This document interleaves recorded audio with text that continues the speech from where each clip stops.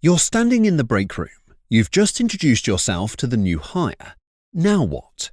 The microwave hums, you glance at your coffee, they glance at their phone, the silence hangs heavy.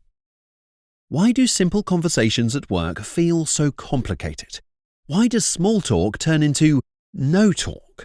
And why does it seem like everyone else is better at this? Here's the good news. Awkward conversations aren't a character flaw. They're a fixable skill. In this video, you'll learn 5 simple techniques to navigate awkward conversations, helping you build better connections, lead with confidence, and avoid the dreaded conversational dead zone.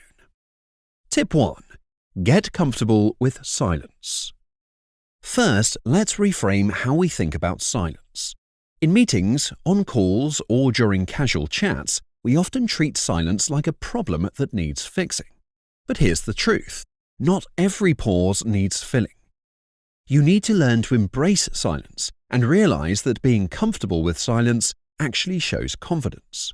When silence occurs, especially after introductions or small talk, it might simply mean someone is thinking, choosing their words carefully or shifting mentally from work mode to social mode. Even more importantly, embracing silence gives others room to speak and creates a calmer atmosphere, rather than forcing rushed, nervous chatter.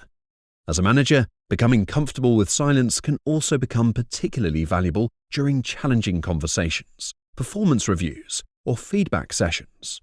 When you allow silence to exist naturally, you create space for deeper thought and more authentic responses. Tip 2. Listen and ask deep questions.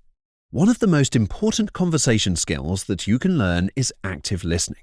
Not just hearing words, but listening deeply and catching the meaning behind them. For example, if one of your colleagues says to you, "I was swamped with client presentations last week," instead of sharing how busy you are too and then moving on, you could follow up with some questions to gain deeper insights. For example, you could say, "Oh really? Which client are you working with? Did you end up having to build the whole presentation yourself? Has the workload been like that for the whole team?" Don't just wait for your turn to speak. Tune into tone, context, and what's really behind the comment. Then ask follow-up questions to go deeper. Great conversations happen when someone feels truly listened to, and that will happen more often if you practice active listening and ask deep questions. Tip 3. Connect through shared interests. Let's be honest, work talk can only go so far. Eventually, you'll want to shift into more personal territory. That's where shared interests come in.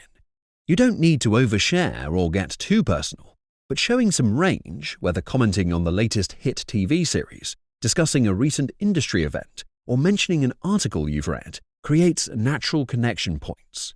Once you find something in common, be sure to explore the topic further and get deeper insights. Think of it this way. The more you learn about your colleagues, the more topics you can discuss each time you meet, and the more naturally conversations will flow. It's not about being an expert in everything, but make sure you stay open, inquisitive, and engaged.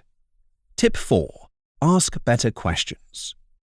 Here's a practical trick. Ask questions that break the mold. Most people are used to the same workplace questions. How was your weekend? Busy day? Did you see that email? Instead, try questions like, if you could redesign one company process, what would it be? What part of your role would you gladly delegate forever? What's a work tool you can't live without? These questions spark thoughtful answers and often bring out people's personalities. They invite creativity and show genuine interest in others' perspectives, rather than just checking a social box. And you're bound to find the answers way more interesting than questions about the weather. Tip 5. Know when to move on. Lastly, remember this. Not every workplace conversation will click. Some people are introverted. Others might be preoccupied or simply not in the mood to talk. That's perfectly fine. You just have to know when to engage and when to step back. If a conversation feels forced, don't push it. Return focus to the task at hand, or gracefully excuse yourself. The goal isn't to avoid every awkward moment, it's to become comfortable navigating them when they arise. So, in summary, If you want to avoid awkward conversations and never run out of things to say, embrace silence. Listen actively, share your interests, ask deep questions, and know when it's okay to let a conversation go. And if you want to sharpen your communication skills further, check out this video on the power of storytelling to instantly command attention wherever you go.